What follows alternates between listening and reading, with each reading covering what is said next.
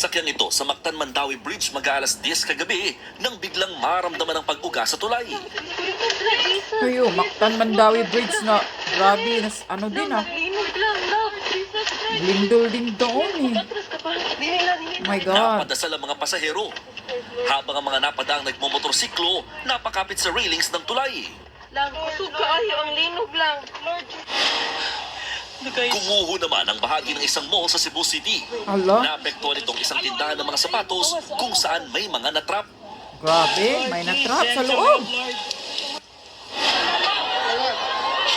Halos mapatakbo naman ang ilang nasa Colon Night Market ng Lumindol. Kalma. Isang food stall ang nabagsakan ng debris mula sa isang lumang gusali. May nakakitang may nasugatan na isang kumakain. Sa pool naman sa video, nang magkapinsala dahil sa pagyinig ang Parokya de San Pedro Apostol sa Bantayan, Cebu. Pati ang San Juan Nepomuceno Parish sa San Juan Remigio, Cebu, nagtamo rin ng pinsalang kisame at mga imahen. Habang ang Archdiocesan Shrine of Santa Rosa de Lima sa Daan Bantayan, tuluyan ng gumuho.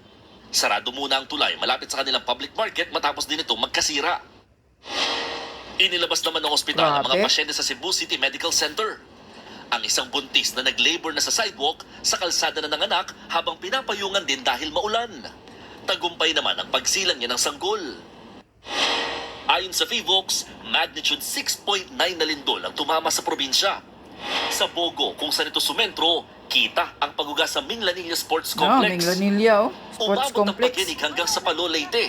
Palo, Nagsaygawan Leyte. ng kable ng mga kuryente. Nagka-stampede naman ang mga nanonood ng isang basketball Oh my game sa God. gymnasium sa Naval, Biliran. Isa ang Stampede. nasugatan.